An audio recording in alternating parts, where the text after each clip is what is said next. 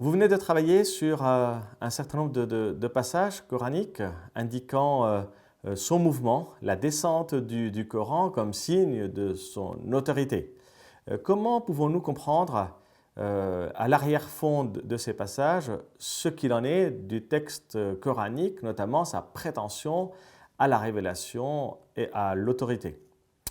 Pour répondre à cette question, je commencerai par faire une distinction entre deux choses très importantes à avoir à l'esprit et qui vont suivre un mouvement, je dirais, de convergence. La première, c'est que quand en islam on parle du Coran, on désigne principalement un livre qui se trouve auprès de Dieu, qu'on considère d'ailleurs comme étant la mère du ou des livres. C'est d'où viennent les différents livres qu'on retrouve dans l'histoire. Autrement dit, avant même l'histoire, on considère qu'il y a le Coran, la parole, le livre. Et puis la deuxième chose, c'est le livre, le Coran comme étant cette vulgate qu'on a entre les mains. Et donc du coup, c'est très important de voir dans un premier temps de quoi l'on parle quand on évoque l'un et l'autre par le même vocable, le Coran, et puis dans un deuxième temps, quelles en sont les conséquences, notamment au niveau de la conception de la révélation, la conception de l'autorité, la conception de l'envoyé qui transmet cette parole elle-même. Commençons par le plus simple, c'est-à-dire la vulgate coranique, le livre relié entre nos mains. C'est vrai, très souvent, quand on regarde un livre de ce type-là, on voit le Coran. Donc du coup, on a l'impression que dès que les musulmans parlent du Coran, c'est à ce livre-là qu'on renvoie. Ce livre, il présente quelques caractéristiques intéressantes à avoir à l'esprit, surtout quand on vient du monde chrétien. On est habitué à aborder la Bible, notamment comme un témoignage d'un cheminement historique. Le Coran est d'abord une récitation qui a été mise par écrit. Donc c'est d'abord une oralité mise par écrit progressivement. Quand on le regarde, il est constitué de 114 chapitres appelés sourates et d'inégales longueurs. Ces sourates-là portent un titre et puis portent très souvent une indication. Parfois en français, elles passent inaperçues, mais pour désigner si les sourates sont plutôt de la période mécoise, de la Mecque, ou de la période médinoise, de Médine. Autrement dit, le livre tel qu'on le voit entre nos mains aujourd'hui accompagne l'histoire de Mohammed telle que la tradition musulmane la situe. Et de fait, ces sourates-là sont en deux périodes, deux épisodes, mais contrairement à ce qu'on pourrait s'attendre, il n'y a pas les sourates mécoises de la première partie de la vie de Mohammed d'abord, puis les sourates médinoises, donc de la deuxième partie. Très souvent, à quelques exceptions près, les sourates médinoises, donc de la deuxième partie, sont au début, parce qu'elles sont plus longues, et les sourates mécoises sont plutôt vers la fin et plutôt plus courtes.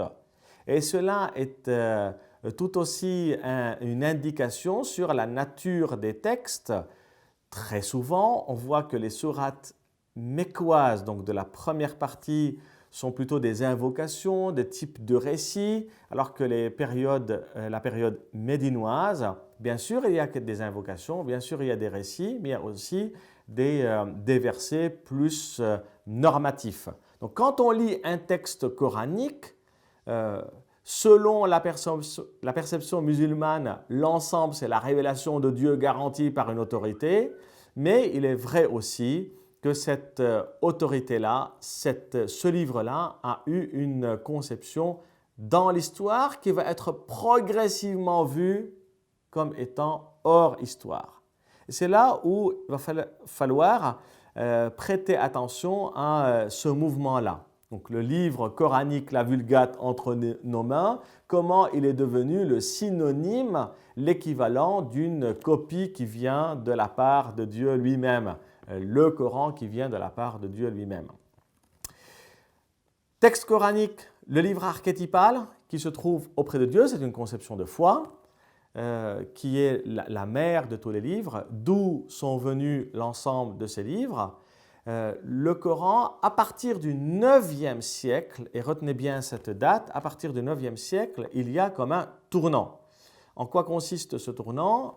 Les écoles musulmanes, maintenant établies, avec une vulgate entre les mains, et d'ailleurs on considère que depuis le 3e calife, les autres vulgates vont être supprimées pour n'en garder qu'une seule qui va refléter ce livre archétypal. Une dispute théologique entre les écoles musulmanes pour savoir est-ce que ce livre archétypal dont reflète la vulgate entre nos mains, est un livre incréé, c'est-à-dire qui a la même nature que Dieu, qui n'a pas de commencement, ou bien est-ce que c'est un livre créé qui a un commencement? Alors ça peut vous paraître un peu théorique, ces questions-là, mais c'est déterminant. Pourquoi? Parce que si le livre est considéré comme créé, pour certains, on préserve l'unicité et la transcendance absolue de Dieu, c'est un principe non négociable en islam, et qui permet d'appeler la raison humaine dans sa réception. En revanche, pour ceux qui considèrent que le livre est incréé, leur argument, c'est de dire, s'il a commencé avec le temps, s'il n'est pas de tout temps, ça veut dire qu'il n'a pas la même légitimité, la même autorité, la même divinité ou reflétant une volonté divine. D'où l'insistance sur sa nature incréée.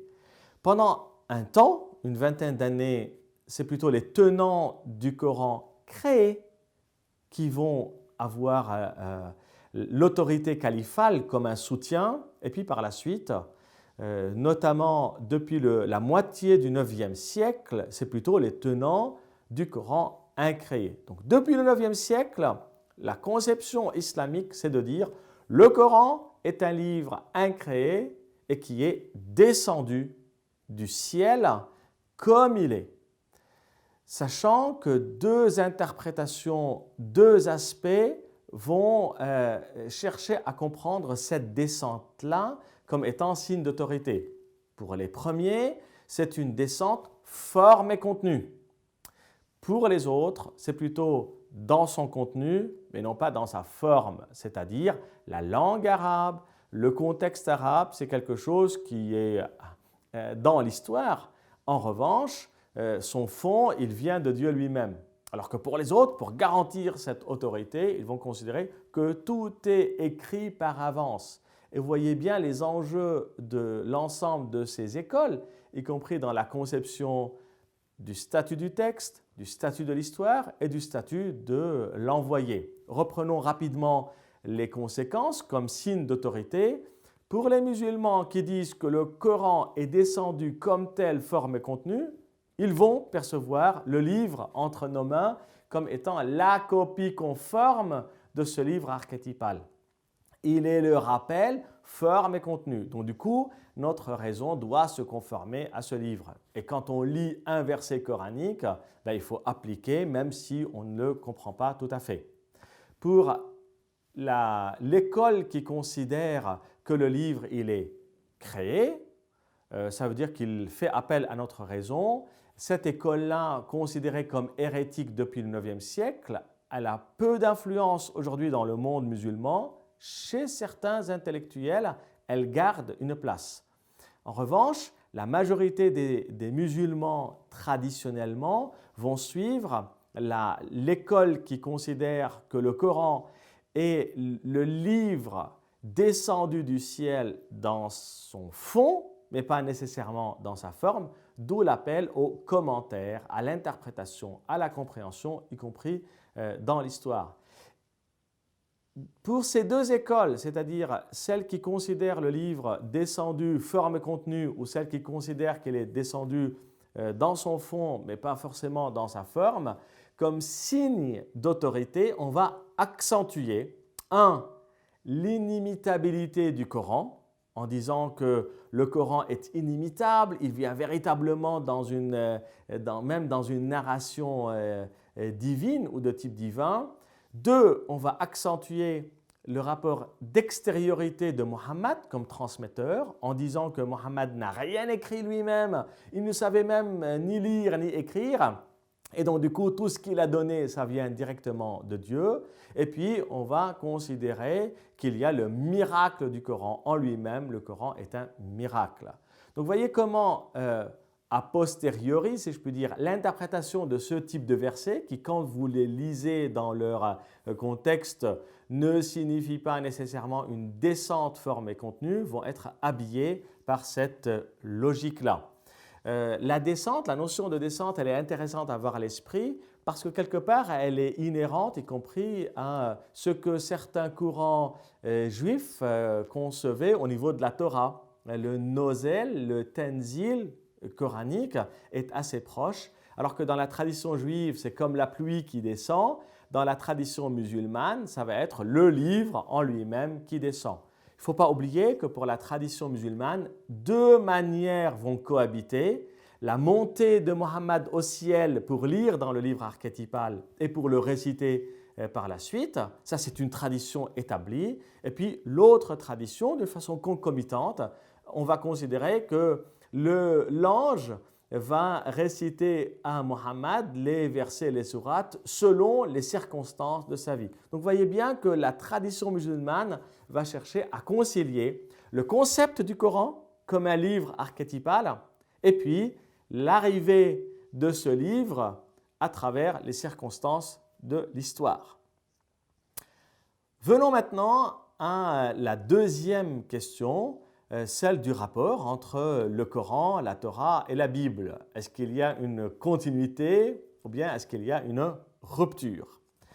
Je voudrais, pour répondre à cette question, repartir du même schéma ou de la même distinction, c'est-à-dire de ce livre archétypal. C'est extrêmement important.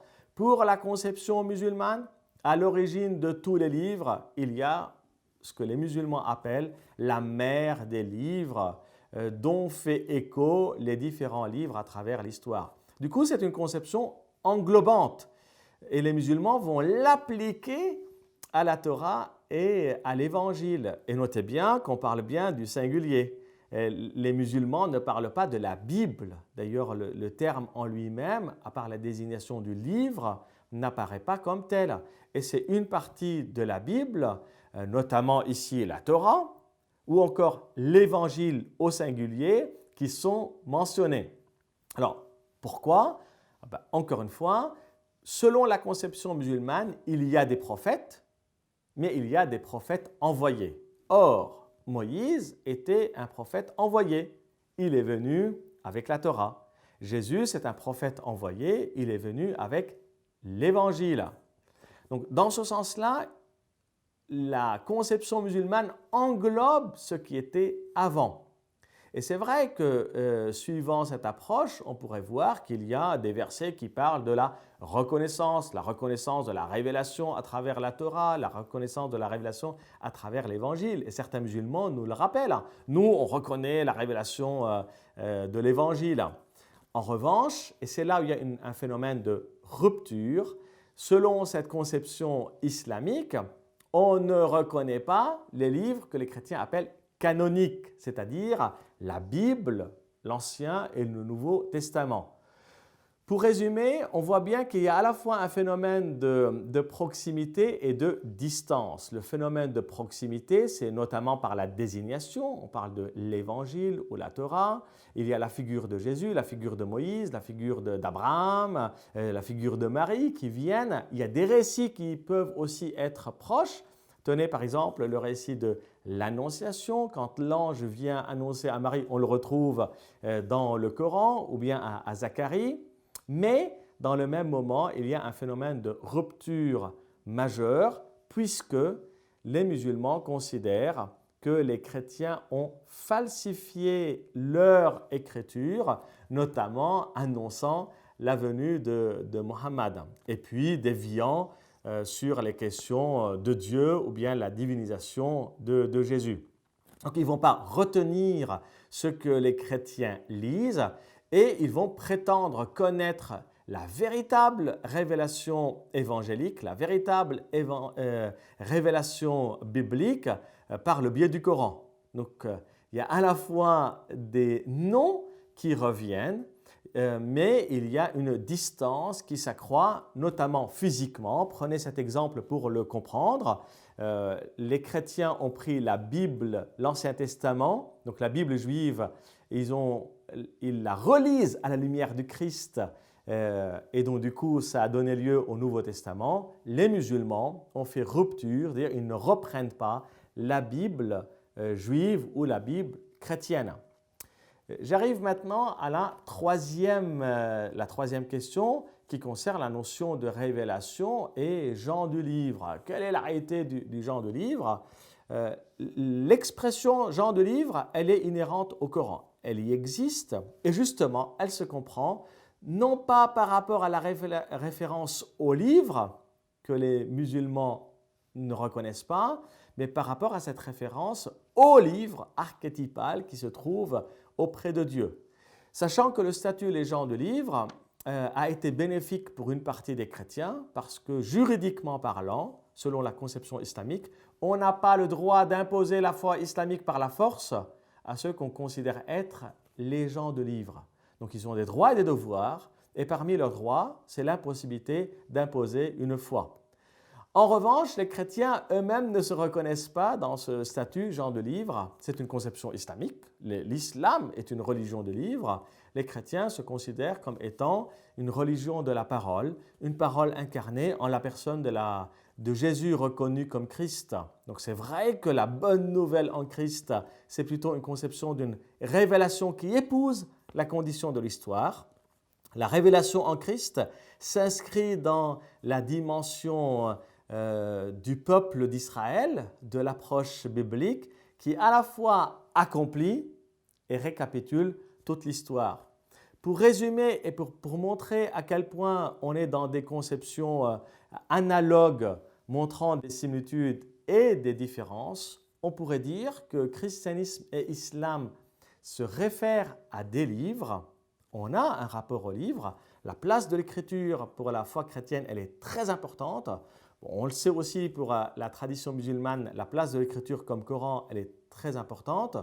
Néanmoins, pour le christianisme, la Bible, c'est le témoin par excellence de cette parole qui se fait proche et qui appelle véritablement à la rejoindre, à rejoindre Dieu, à rejoindre l'histoire du salut. C'est ça, cette bonne nouvelle. Donc on est dans une logique d'histoire du salut qui va vers son accomplissement. Alors que pour la tradition musulmane, on est plutôt dans ce qu'on pourrait appeler, c'est l'histoire de la révélation qui se succède, mais on n'est pas dans une histoire du salut qui va vers son accomplissement, c'est plutôt la manière de retrouver les origines. Et je terminerai par cette réflexion conclusive. Quand on aborde les textes d'une tradition religieuse, il est important, pour bien la comprendre, de la situer dans sa cohérence globale et non pas seulement de l'aborder par rapport au texte qu'on a sous les yeux. Pour la tradition musulmane, chaque verset, chaque récit est à comprendre par rapport à cette conception originelle, l'origine du temps et la fin des temps. Pour la conception chrétienne, tout se comprend à la lumière de la personne du Christ.